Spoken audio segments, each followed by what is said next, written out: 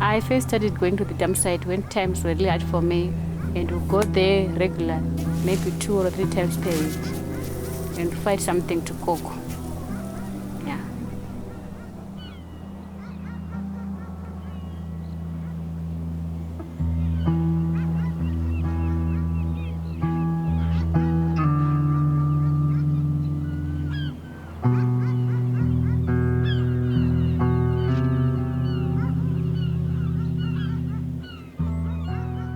Last year in May, I collected some fish there, and I cooked them.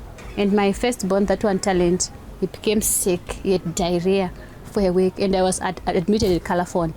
And by the time I was pregnant for this little boy, and I stayed in that ward. Then I went to labor during that time. Talent in bed, me in labor, because of those things that we picked there.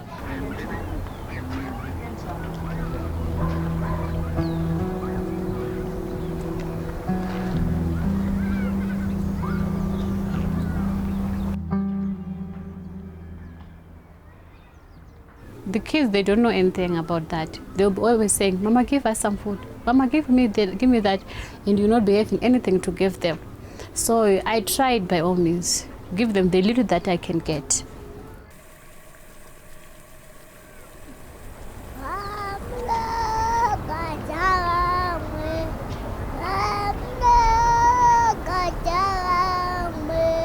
I think it was in March then when the lockdown started. Then most of the things started to become even much harder. If you hear that there is food distribution, you just have to go and sleep in the line from like 12 midnight. I chose to go there very early. So I was at least at the front line. So that's how I managed to get the food there. But mostly they didn't get anything there, because a lot of people were fighting there to get those food items.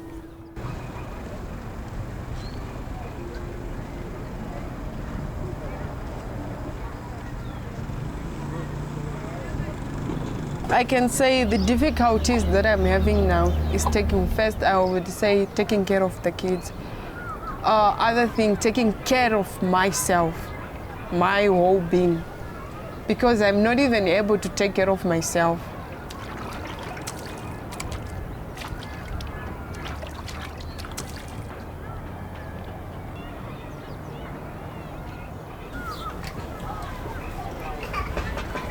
When I had come from home, and then my husband, I found him with a girlfriend, and then he chased us with the kids. Then Precious just saw us sitting outside. Then she said, okay, it's fine. Can we just go to Spruit together, and then we try to stay together, and then what I'm going to eat is what you're going to eat.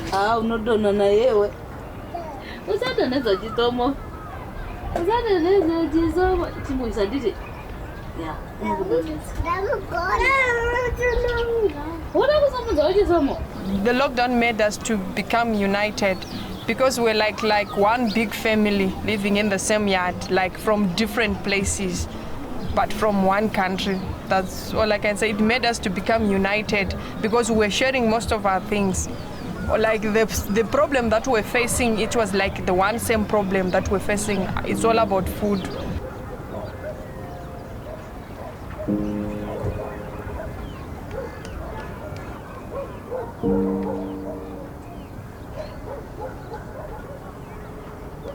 First lockdown, they said they don't want even person in the robot.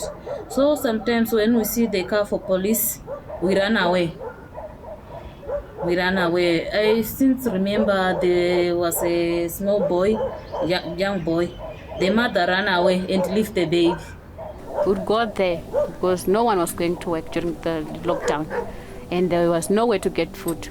So we'd go there and maybe we come empty-handed because some would have taken it, collected it. There was not that much during lockdown. Even those who throw away those things, they were not coming. Sometimes I'll not be shy to beg. I'll beg. Even from the next doors, I'll just beg. As long as I feed my kids, don't have to be shy. I have to beg. I think in life, as a person, you must have a right of food. You must have a right to shelter, clothes, and other things which we can say once. It's a right for you to have those things. I think so. That's what I think, but some of us, it's most unfortunately that we don't have those rights. We can't access most of these things. Before lockdown, it was a little bit better because my partner would find some piece jobs. He would go there to the robot and market. Then he might find someone and work for something. But that money, it will be having many things waiting for it. Paying rent, buying clothes, food. So it won't be enough. That man.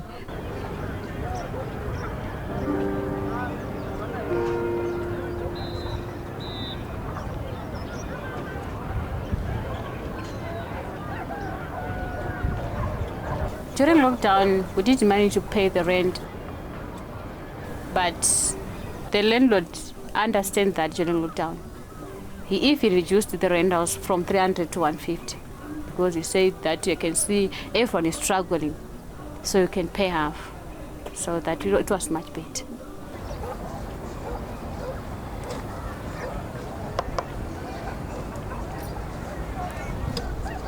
You see, we don't have electricity, so we would dry those vegetables for longer preservation, and it's even healthy to us.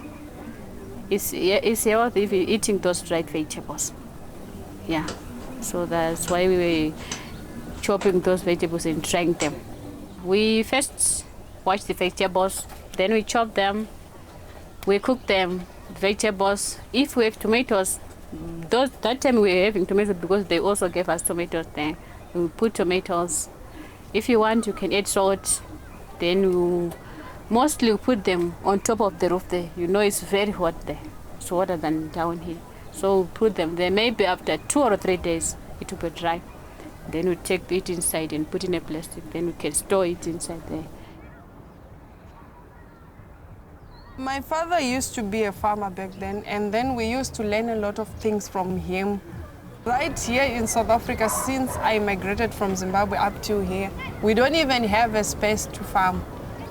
On our yard, our land doesn't even allow us to farm. I've started selling donuts so that I can be a little bit secure on the food. And it's going well so far. I don't know if it's going to be bad, further, but now it's better.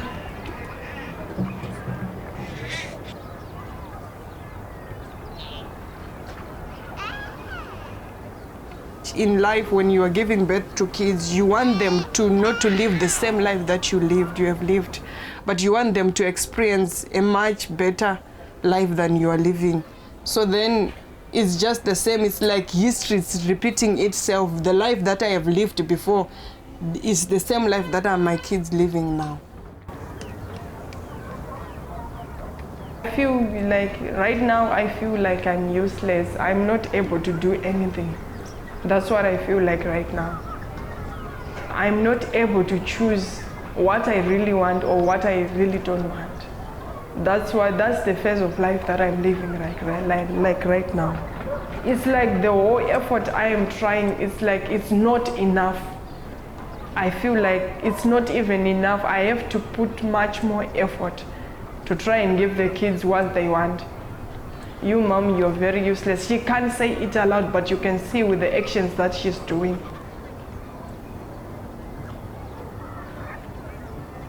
When Africa was colonized, it was like the comrades, I can say, they were fighting so that they would be freed.